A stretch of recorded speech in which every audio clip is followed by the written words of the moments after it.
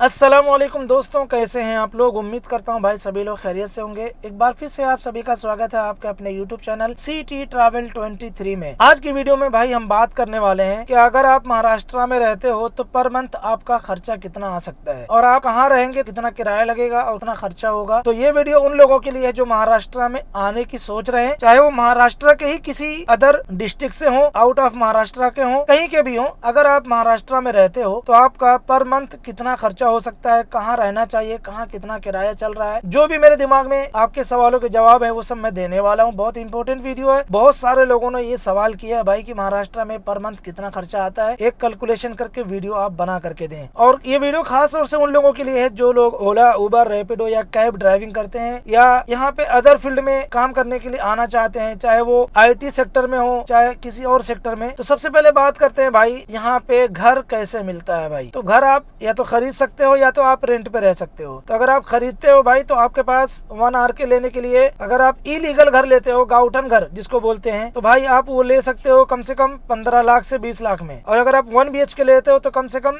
25 से 30 लाख रुपए आपके पास होना चाहिए गाउठन में। लेकिन अगर आप सिडको प्लॉट में जाते हो तो वहाँ पे आपको 25 लाख से स्टार्ट होता है और उसके बाद 35 से 40 लाख रुपए जाता है। 25 लाख में 1 RK और 35 से 40 लाख में 1 BHK मिल जाएगा। ये मैं नवी मुंबई का बता रहा हूँ, ये कम से कम बता रहा हूँ। लेकिन अगर आप रेंट पे रहना चाहते हो तो भाई 1 RK जो नवी मुंबई में स्टार्ट होता है कम से कम 7,500 8,000 से और जाता है 1 RK का रेंट कम से कम 10 से 12,000 तक। ये मैं कम से कम की बात कर रहा हूँ। ज्यादा से ज्यादा कितना हो सकता है मुझे नहीं पता भाई, क्योंकि मैं अमीर नहीं हूँ बहुत ज्यादा। और 1 BHK की बात करूँ तो भाई 12 से 13,000 रुपए से रेंट स्टार्ट होता है और ज्यादा से ज्यादा जितना पैसा दो उतने में आपको मिलेगा, क्योंकि आपको क्या क्या फैसिलिटी चाहिए उसके ऊपर आपका रेंट बढ़ता चला जाएगा। सोसाइटी और फैसिलिटी, कार पार्किंग, लिफ्ट, सारी चीजें मैटर करती हैं आपके रेंट पे। जैसे मैं नवी मुंबई के कोबर खेरने में रहता हूँ तो यहाँ पे अगर आप गाउटन में घर लेते हैं 1 RK तो कम से कम आपको 8,000 से 9,000 रुपए रेंट देना होगा और 10,000 12,000 तक भी लगता है। लेकिन अगर आप 1 BHK लेंगे तो 15,000 से 20,000 रुपए तक का रेंट लगता है। लेकिन 15 से 20,000 रुपए जहाँ रेंट लगता है वहाँ पे आपको लिफ्ट की सुविधा मिलेगी, लेकिन पार्किंग की कोई गारंटी नहीं है। पार्किंग मिलेगी भी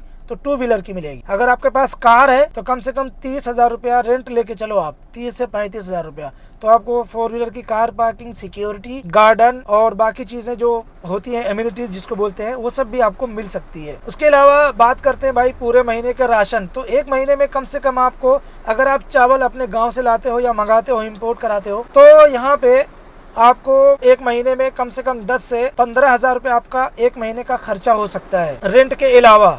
लेकिन अगर आपके बच्चे हैं, उनकी स्कूल की फीस है, अगर आप स्टेट बोर्ड में पढ़ाओगे तो भाई स्टेट बोर्ड की फीस 25 से 30,000 रुपये होती है। और अगर आप CBSE बोर्ड में पढ़ाओगे तो वहाँ पे 1,05,000 से 1,10,000 रुपये तक की फीस होती है। अब बात करते हैं भाई अगर आप ओला उबर में गाड़ी चलाते हो तो आपको कहाँ रहना चाहिए। तो बता दूं आपको भाई, आपको नवी मुंबई में रहना चाहिए। नवी मुंबई में जैसे तलौजा है, खारघर है, बेलापुर है, पनवेल है। उसके अलावा आप शिलफाटा की साइड में भी जा सकते हो, वो थाने डिस्ट्रिक्ट में आता है। जैसे दीवा हो गया, मुमरा हो गया या डोंबिवली हो गया। उससे ज्यादा पीछे आपको रहने के लिए नहीं जाना चाहिए। जैसे अंबरनाथ, बदलापुर है, उस साइड बहुत ज्यादा आउट हो जाएगा और रेंट आपको उस एरिया में भी लगभग 8,000 9,000 रुपए भी देखने को मिल सकता है। जितना आप महाराष्ट्र में दूर होते चले जाएंगे, आपको स्कूल, अगर आपके बच्चे हैं तो आपको स्कूल की प्रॉब्लम हो सकती है। वहाँ पे स्कूल उतना नहीं है अभी। जैसे मैं कोपर खेरने में रहता हूँ, यहाँ पे CBSE बोर्ड के कम से कम 10 से 12 स्कूल है, स्टेट बोर्ड के भी स्कूल है और सरकारी स्कूल भी है भाई। सरकारी स्कूल भी कोपर खेरने के अंदर CBSE बोर्ड के हैं। तो CBSE बोर्ड के जो सरकारी स्कूल हैं उसमें फीस 1 रुपया भी नहीं लगती है, चाहे वो मराठी मीडियम हो, इंग्लिश मीडियम हो।